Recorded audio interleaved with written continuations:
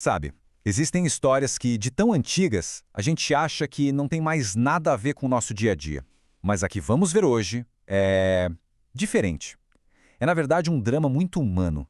Uma história sobre burnout, sobre aquele medo que bate logo depois de um grande sucesso, e sobre como, às vezes, a gente precisa se reencontrar quando tudo parece perdido. Vamos mergulhar nessa jornada de Elias. Para a gente entender o tamanho da crise, é preciso entender a ameaça. Elias, um profeta, tinha acabado de ter a maior vitória da sua vida. Só que, em vez de festa, o que ele recebe é essa mensagem. É uma sentença de morte, vinda diretamente da rainha Jezabel. Ou seja, o sucesso dele o transformou no inimigo público número 1. E a reação dele é a mais humana possível. Esse é o mesmo cara que pouco tempo antes tinha demonstrado um poder gigantesco. E agora, o texto é simples e direto. Ele teve medo. O grande profeta, o homem de fé, dominado por uma emoção que todo mundo conhece. Ele não pensa duas vezes, ele corre. Não como um herói, mas como alguém que só quer sobreviver.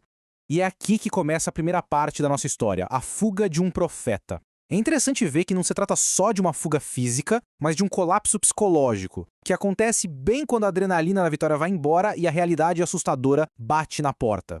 Elias se afasta de tudo e de todos. Ele deixa até o servo dele para trás, buscando o isolamento completo. Imagina a cena, ele caminhando um dia inteiro, sozinho, no meio do deserto. Isso mostra o quão fundo ele estava no desespero. Ele não estava só fugindo da Jezabel, parecia que ele estava fugindo de si mesmo.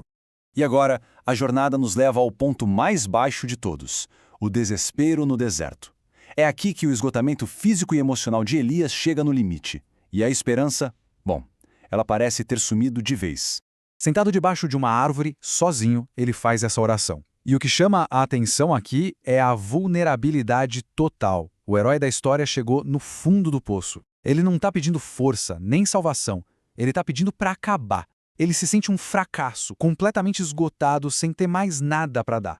E então, bem no meio desse momento de desespero total, acontece uma coisa. Não é uma visão grandiosa, nem uma solução mágica para todos os problemas dele. É algo muito mais básico, muito mais fundamental. Pão e água. É o sustento que ele precisava para conseguir dar o próximo passo, mesmo sem saber para onde ir. E olha só, fortalecido por aquela comida simples, Elias viaja por 40 dias e 40 noites. Esse número 40 não é por acaso, sabe?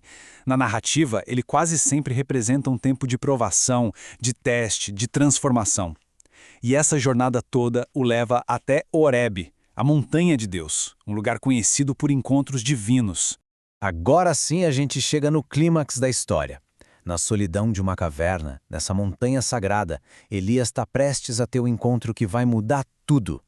Mas não vai ser nem um pouco do jeito que a gente poderia imaginar. De repente, uma pergunta ecoa na caverna. E que pergunta, hein? Não é uma acusação, é mais um convite para ele olhar para dentro. É uma pergunta que força Elias a encarar os próprios medos, o motivo da fuga e o que ele realmente estava buscando ali, tão longe de tudo. A resposta de Elias diz tudo sobre o estado de espírito dele. Ele se sente completamente sozinho. Na cabeça dele, ele é o último que restou, o último defensor da sua fé. E o fim dele é só uma questão de tempo. Essa sensação de isolamento total é o que está no coração da angústia dele. E aí começa um verdadeiro espetáculo da natureza. Primeiro, um vento tão forte que racha as pedras. A gente logo pensa, pronto, é agora. Uma manifestação divina tinha que vir com essa força toda, certo? Mas o texto é claro, não. Deus não estava no vento. A tensão só aumenta. Depois do vento, a terra treme. Outro evento gigantesco, outra demonstração de poder bruto da natureza.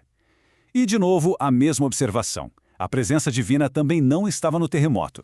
A sequência continua com fogo, que é um símbolo clássico de poder, de purificação. Mas, pela terceira vez, a história quebra a nossa expectativa. A resposta que Elias procura não está no barulho, não está na destruição, não está no show. E a revelação? Ela finalmente chega no exato oposto de tudo isso. Não no caos, mas na calma. Não no grito, mas num sussurro, numa brisa suave. É nesse silêncio que Elias entende. Ele cobre o rosto porque percebe que a verdadeira comunicação estava acontecendo ali, na quietude. Depois de uma experiência tão profunda, a resposta para o desespero de Elias não é só um consolo, vai ficar tudo bem. É uma nova direção. ele recebe um propósito claro, prático, que o tira daquela paralisia e o coloca de novo em movimento. Primeiro, um choque de realidade. Aquela ideia de que ele era o único que sobrou é totalmente desmentida. Ele descobre que existem outros 7.000 que não desistiram, ou seja, ele nunca esteve sozinho, ele apenas se sentia assim. E o ponto principal é esse. Ele recebe tarefas concretas, voltadas para o futuro. A missão dele não tinha acabado. Pelo contrário, agora ele tem a responsabilidade de moldar o futuro político e espiritual da nação, e inclusive preparar o seu próprio sucessor.